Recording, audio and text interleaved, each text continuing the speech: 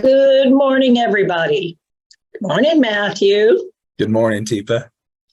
So, we're talking about memory and all the bits and pieces and various ways we look at it. And so far, we've done a couple of sessions, and I'm curious, what are you thinking now that we've talked a little bit about memory?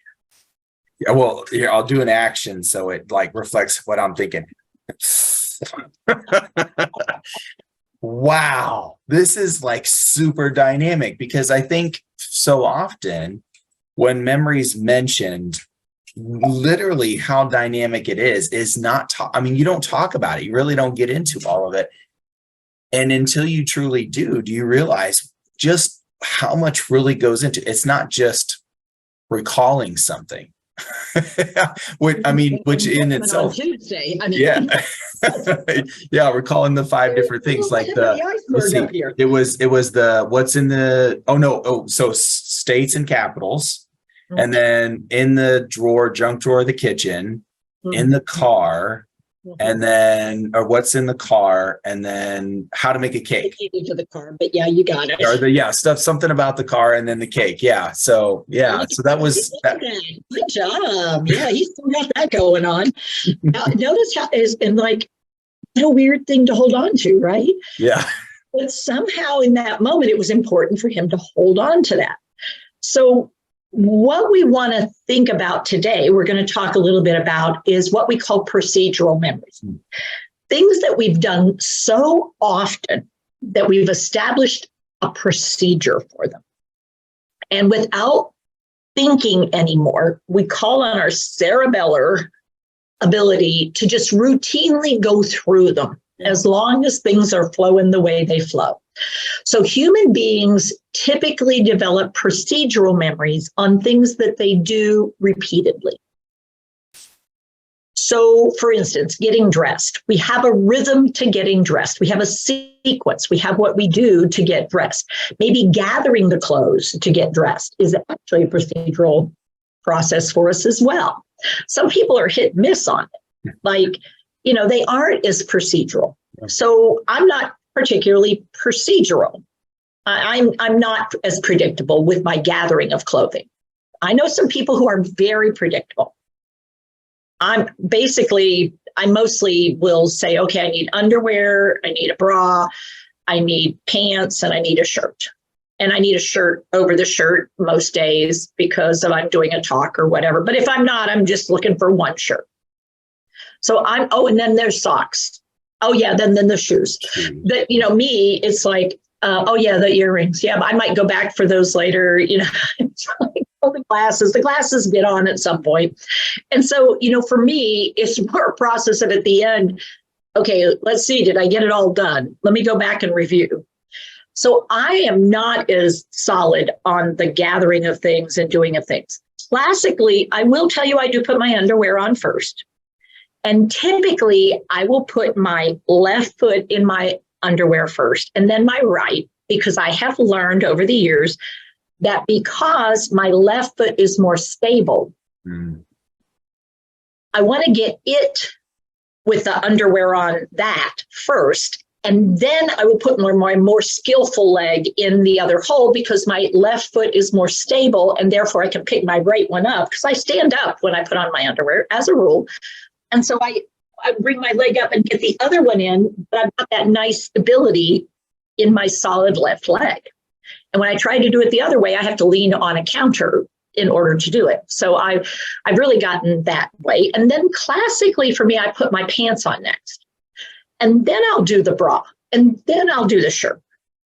And then I'll decide whether it's too warm and I don't want to put the other shirt on yet, or I go ahead and put the other shirt on. Now, at that point, I might notice the earrings, I might not. But by then, my glasses are already on. And I don't know when I put those on because there's no procedure to it. So, Matthew, if you were going to help me, how important would it be for you to know how I typically do things? Yeah, if we were going to do this together, it'd be really important because it's already uncomfortable in some ways of me being in your space And so the more I can do to help this be as comfortable as possible, the better chance of us doing this together in this moment. So because I've told you I'm pretty disorganized about gathering the clothes, but I'm very procedural about how I put the clothing on. If you were supporting me and I was in the middle of a dementia, like I'm in an emerald state, what might you want to go ahead and do? Because I don't have a procedure for it. I might want to lay the clothing out so that you have a visual and give you a choice. So Tipa, thinking underwear first or something else? Of course, underwear first. Yeah, you are so right. Underwear first. Yeah. Yeah. Yeah. So we'll put this one on first. Yeah. Okay, great. Okay, now, which, if I am now to a place, let's say I need a little more assistance, what are you going to do to encourage me? Because you know me, right? You know me pretty well. Am I a risk taker? You're a risk taker. Yeah. Okay, so do you think this is where you have a choice? Am I going to be more interested in continuing to stand, but to have something to hold on to? Or am I going to be more interested in sitting down and having you help me, cue me to put my left foot in first? Or interested in standing and doing it that way. Standing. Yeah. So if you were down and you were holding the pants and you said, okay, here you go, and you hold up and you have it positioned so that I can put my left foot in, and you have me close to the sink, do you think there's a possibility that I would just put my hand on the sink and not think about it and go ahead and pick my left foot up? Yeah. I think you would potentially stabilize yourself and go ahead and start going through that. Yeah. Mm-hmm. Yeah. And then when you go to do I go to do my right, but now as soon as my foot's in, what do you want to do to the pants? No, let go. Cause then, yeah. Cause you could take it from there. Because all I needed was a little help with the procedural kickoff. So that initiation, and now I'm ready to participate. And so that idea of in your preparation, the initiation. And so the hardest part, you might even just orient them to me and then make sure I'm at the place where I could lean back against the sink stand. But that's where it's tricky, is recognizing, if you don't know stuff about me, this is hard, because you might think, okay, she'll want to put her underwear on and then her bra before she puts her pants on. But that may not be the case. And I have frequently found dressing the lower body and then dressing the upper body is frequently more automatic for a lot of people. So I'll often try that if I have never met them and I don't know them, because once we've gone through the motion of left foot in, right foot in, and I've got the underwear up, then we're repeating a pattern of left foot in, right foot in, then we pull the pants up. Or we have a stretchy skirt and we pull the skirt up, or, that kind of thing. So I'll try that. But honestly, I'm having to sort of figure this out as we go if I don't know the person. Yeah. And I don't know their procedural memories. Yeah. Yeah. So finding that neural pathway from that procedural memory piece that was the most traveled, the one that is fairly common, and how that could bring comfort in a situation when figuring out how to get started that's the challenge for me in this moment, and the difference that can make, especially if I'm in your space. Because again, how many folks get dressed with another person in their space? So how can we start to help this feel more comfortable in this moment? Making eye contact, not really, here you go. It's just your mechanical device. That's it. You're not really it's not an interaction for me. It's just getting dressed.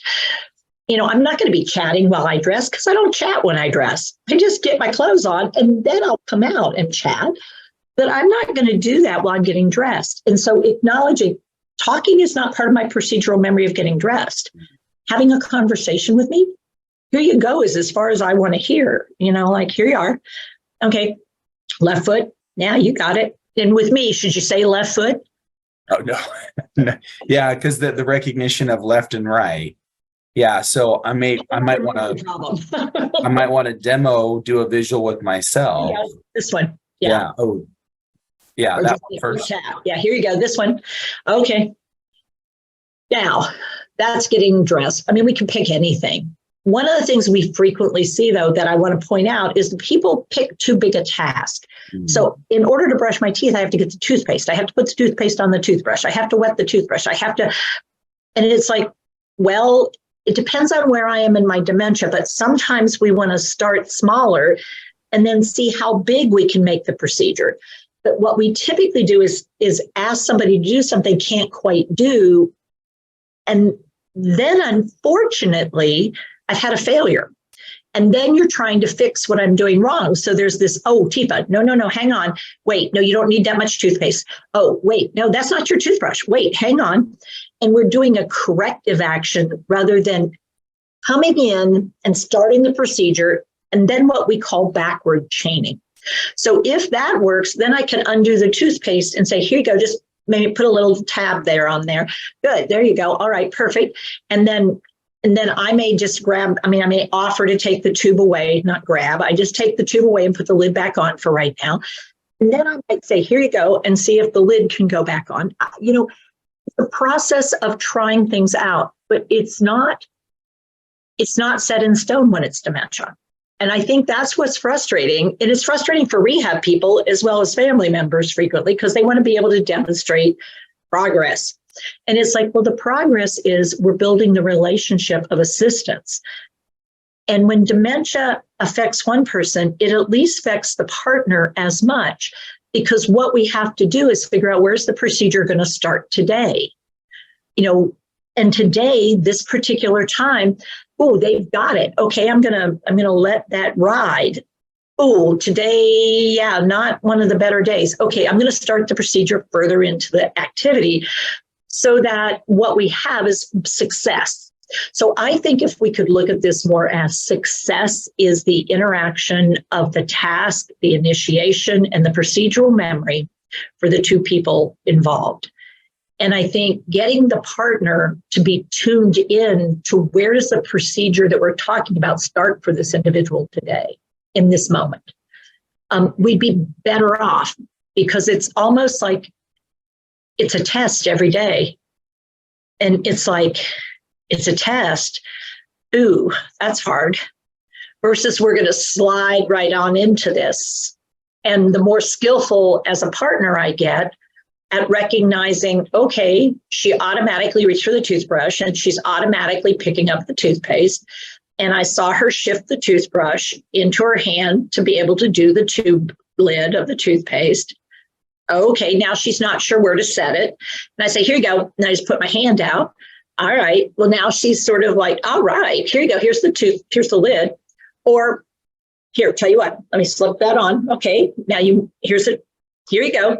And I use a lot of here you go with a visual cue to the next step of the process because a procedure is step by step and each step is a transition, an initiation, and a transition, an initiation, and a transition, and initiation. And I think that's what we forget from putting on the shirt to buttoning the shirt, from getting the left arm in the shirt to putting the right hand in the shirt. It's each thing we do is a procedural thing. And when you have kids, you learn, you know that. But when we work with people who are living with brain changes, the procedural memory can be fraying in ways that make it really challenging for us to keep track of, well, what's she doing today? It's like, well, that's different. All right, so let me figure out how to transition. Oh, hey, Matthew, and that's where I have to remember, it is what it is. Yeah. Yeah. And it's an ever-changing target. Yeah. And I think, and Teepa, that point there you bring up, because that it really hits on what someone shared in our comments. CO mentioned, wow, all of what I do is very chaotic. Typically, it's all over on my procedure. So it's that staying curious and being aware in the moment and ready to shift depending on what the preference is of the person, because it can be a moving target versus just assuming this is the way it needs to be done, or going to the way we prefer and just trying to get the person to do it that Or way. making one of our least favorite statements, here, let me help you. Yeah, here, let me just. And instead, Tifa, here you go. Like, no, let me help you. Here you go. And whether it's handing you something, showing you something, giving you, indicating, here you go. These two. Yeah, there you go. Now, there you go. You got it. Nice. Which is an affirmation of ability rather than, no, hang on, wait, Tifa. No, wait, no, that's not, hang on. Whoa. Here, let me do that. It's like you're doing the button. Hard to see, isn't it? Tell you what. Now, look at this one. I bet this one might be a little easier. Yeah, there you go. Now you got it. So this is why hand under hand can be a really effective transition tool, among other things. But today we were talking about procedural memories, and they're wonderful when they work. They also can be really interesting when they work, because all of a sudden she's out in the car. She's turning on the engine. She's putting it in reverse. She hasn't done that. But what happened is I just laid the keys on the counter because I was putting stuff in the freezer, and I turn around, the keys aren't on the counter. It's like, wait a minute. And we've all had the moments of heart-stopping fear where it's like suddenly, and the temptation to yell out, what are you doing? You can't drive that car. Versus, hey, Mom, wait. You leave? Hang on. I want to come with you. Is going to get you a lot further and give you more room to catch your breath than the other one. But it's super hard to not have a procedural memory that is like, you're not allowed to drive it. Because that's what your brain wants to say. Yeah. Mm-hmm. Yeah. Mm-hmm. And, I don't know about you, but I have people in my life that if you say you're not allowed to, it's like, you bet. Watch me. Yeah. Okay. Or hold challenge accepted. Our friends say, hold my beer. Yeah, hold my beer. Yeah. Or in your case, Tifa, hold my coffee. Hold my coffee. Like, here I go. Yeah. So, okay, folks. So that was our little piece on procedural memories. They're very, very important and valuable, but they also are very. So just thought we'd bring that up, because it's not like I don't remember. I just might not remember the way you do. Till next time, take care with your care. Thanks, Tifa. Bye, everybody.